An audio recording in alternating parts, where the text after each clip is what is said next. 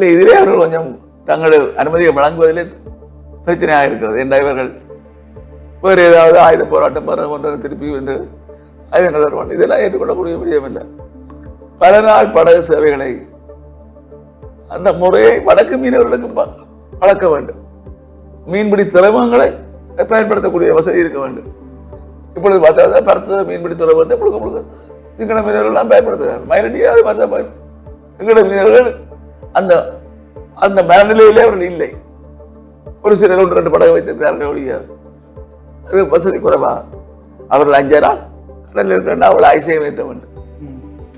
இறங்குதுறையிலே வசதிகள் இல்லை.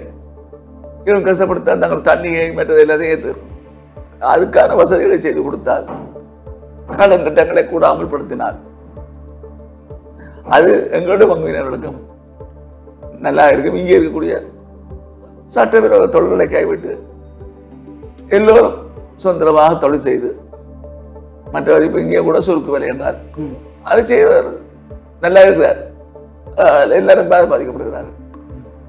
அப்போ இந்த விஷயங்களை எல்லாம் நீக்க வேண்டிய வந்து ஒரு இந்திய மீனவர்களால் மாத்திரம் வட மாநிலத்தினுடைய கடல் எல்லை பாதிக்கப்படவில்லை. எங்களுடைய மீனவர்களும் செய்கிறது சட்டவிரோத தொழில்களும் இதற்கு உடந்தையாக இருக்கிறது. அதான்